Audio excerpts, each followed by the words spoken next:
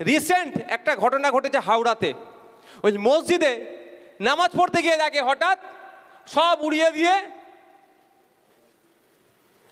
জয় শ্রীরাম লিখা দিয়ে দিয়েছে। আপনারা উত্তেজিত হয়ে যাবেন না, অনুরোধ করছে এটা। তাহলে কি মানে কেউ যদি আপনার মসজিদে এটা হয় কি করবেন? তখন কি করবেন? কাজ কি থাকবে? ভিডিও করা, ওইটার প্রশাসনকে এসে ভিডিও করে নিও এবং কে করেছে না করেছে এটা প্রশাসনের দায়িত্ব খুঁজে বার করা। এই ধরনের মানে যেরকমভাবে পারবে দাঙ্গা লাগাবার চেষ্টা চলবে আমাদের রাজ্যে, এটা মাথায় রাখবেন। এটা ঘটেছে অলরেডি।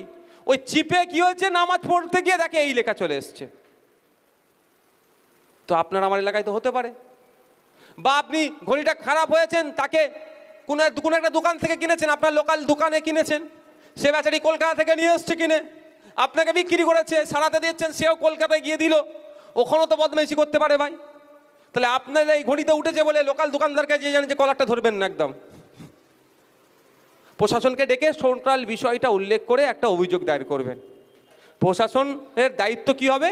সত্যটা খুঁজে বার করে কারা কালপিট তাদের বিরুদ্ধে ব্যবস্থা গ্রহণের। এটা মাথায় থাকবে তো ভাই। এই ধরনের বিভিন্নভাবে আপনাদের মধ্যে দুটো জাতেরকে নিয়ে দাঙ্গা লাগাবার অপচেষ্টা চলছে। এরা সহ্য করতে পারছে না। তাপস ব্যানার্জি, নওশাদ সিদ্দিকী, বিশ্বজিৎ মাইতি, লক্ষ্মীরা এক জায়গায় কেন বসবে? এরা সহ্য করতে পারছে না। কেন নওশাদ সিদ্দিকী বিধানসভার মধ্যে দাঁড়িয়ে আদিবাসীদের জন্য যে টাকা বরাদ্দ করা হয়, কেন তার 30% খরচ হয়নি এই প্রশ্নটা না করে? এরা সহ্য করতে পারছে না। বিধানসভার মধ্যে দাঁড়িয়ে এসটি এসসি ছেলেদের জন্য লাস্ট 3টে ফিনান্সিয়াল ইয়ারে কেন নতুন একটা হোস্টেল হলো না এই দাবি না করে? এরা সহ্য করতে পারছে না। ভাঙড়ে যে গার্লস হোস্টেল নির্মাণ হয়েছে মুসলমান মেয়েদের পড়াশোনার জন্য, এখনো 8 বছর হয়ে গেল, কেন সেখানে মেয়েরা থেকে পড়াশোনা করতে পারছে না এই দাবি কেন তুলছে? এরা সহ্য করতে পারছে না। বিধানসভায় আপনারা পৌঁছাননি, বাইরে দাঁড়িয়ে তাপস ব্যানার্জি মুসলমানদের ওয়াকফ সম্পত্তি কেন কেড়ে নিচ্ছে এই আওয়াজটা তুলছে। এরা সহ্য করতে পারছে না। এরা সহ্য করতে পারছে না। বিশ্বজিৎ মাইতি রাস্তায় দাঁড়িয়ে কেন আফরাজুলকে হত্যা করা হলো এই কথা বলছে, এটা এরা সহ্য করতে পারছে না। এরা কি চাই? বিশ্বজিৎ মাইতি তার ধর্ম নিয়ে বলুক, নওশাদ সিদ্দিকী শুধু মুসলমান করে যাক, তাপস বাবু শুধু ব্রাহ্মণ করে যাক, মানে যে যার আলাদা করে ভাগ করে নাও, মানুষকে এক হতে দিও না। আর ইন্ডিয়ান সেকুলার ফ্রন্ট যা ধর্ম বর্ণ নির্বিশেষে মানুষের এক হয়ে লড়াইয়ের কথা বলছে। আস্তে আস্তে মানুষ আমাদের ছায়াতলে আসছে।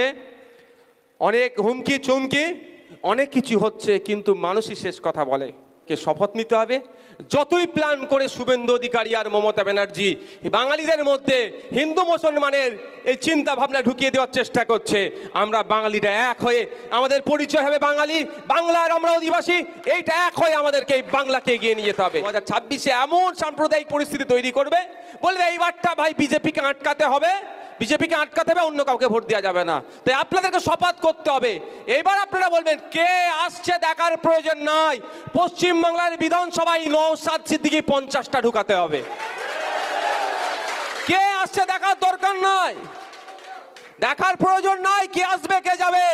বিধানসভায় মানুষের জন্য কথা বলার, শ্রমজীবী মানুষের জন্য, মৎস্য চাষীদের জন্য, পাহাড়ের চা শ্রমিকদের জন্য, সমকাজে সমবেতন যারা পাচ্ছে না তাদের জন্য, সিভিক ভলেন্টিয়ারদের জন্য, সরকারি কর্মচারীদের জন্য, দলিত আদিবাসী মুসলমানদের জন্য, এক কথায় বাংলার নাগরিকের যাতে জীবনযাপনের মান তলানিতে চলে যাচ্ছে সেটাকে টেনে ওপরে তুলতে হবে। এই লড়াই যারা করবে সেই রকম 50টা আমি ভেতরে ঢুকাবো।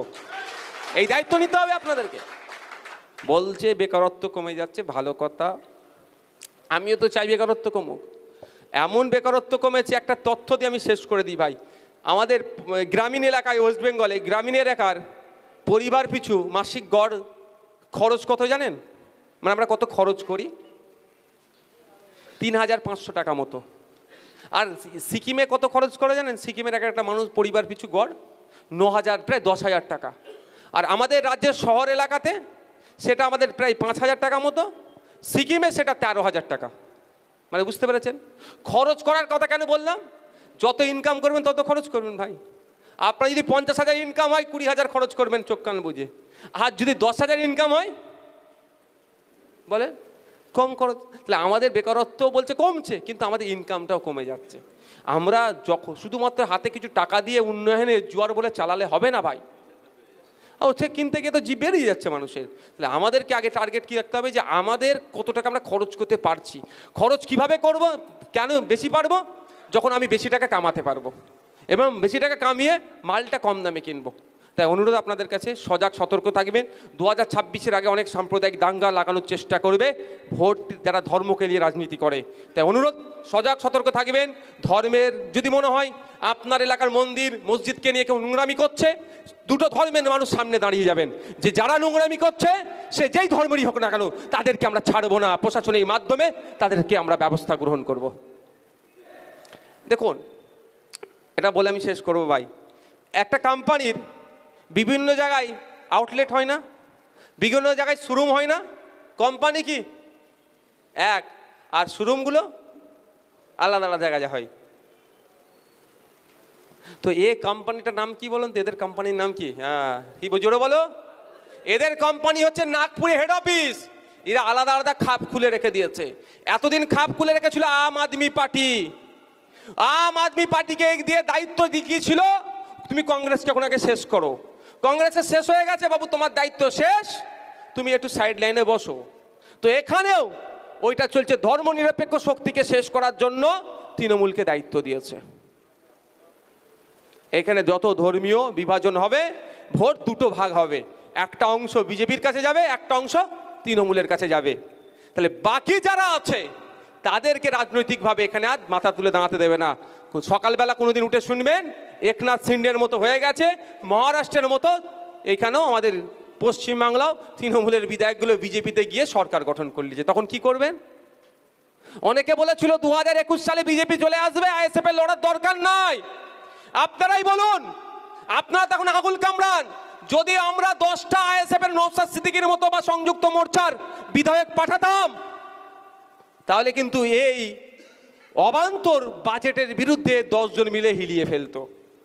বুঝতে